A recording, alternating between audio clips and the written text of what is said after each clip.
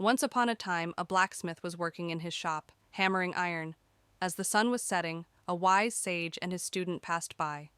The sage entered the shop and asked, "Can we stay here for the night?" The blacksmith joined his hands and said, "Oh, great sage, you don't need to ask. It is my honor to welcome you." He gave them a place to stay and served them a tasty meal.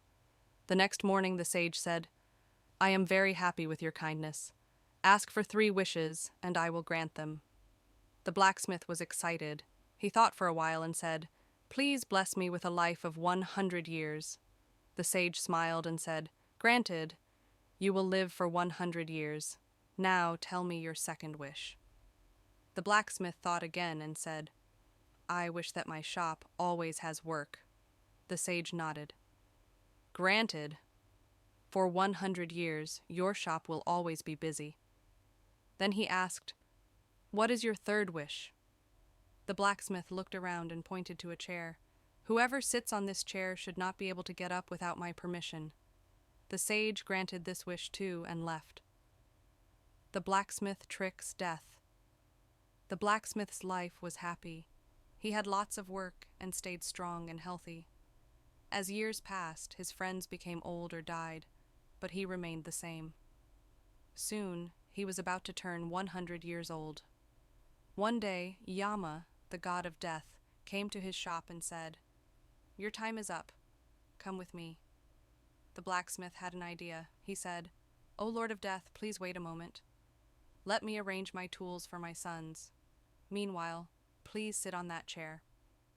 Yama did not know about the magic chair and sat down. The blacksmith laughed.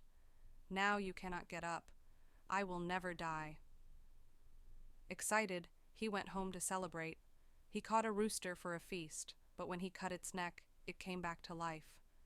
He tried again, but the same thing happened. Surprised, he thought, "This rooster must be special. Let me try a goat instead."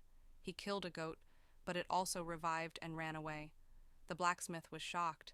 If Yama is trapped on the chair, no one can die. The world in chaos. A year passed. Yama was still stuck. The world was in trouble. People kept growing older, but no one died. Mosquitoes and flies filled the sky. Insects ate all the crops. Wild animals came into towns and attacked people. Though no one died, people suffered from pain and hunger. The blacksmith realized his mistake. "I trapped Yama for my own good, but now the whole world is suffering. This is worse than dying." He ran back to his shop and freed Yama. Yama was very angry and took the blacksmith away at once. Slowly, everything returned to normal. People and animals could die again, and the world was peaceful once more.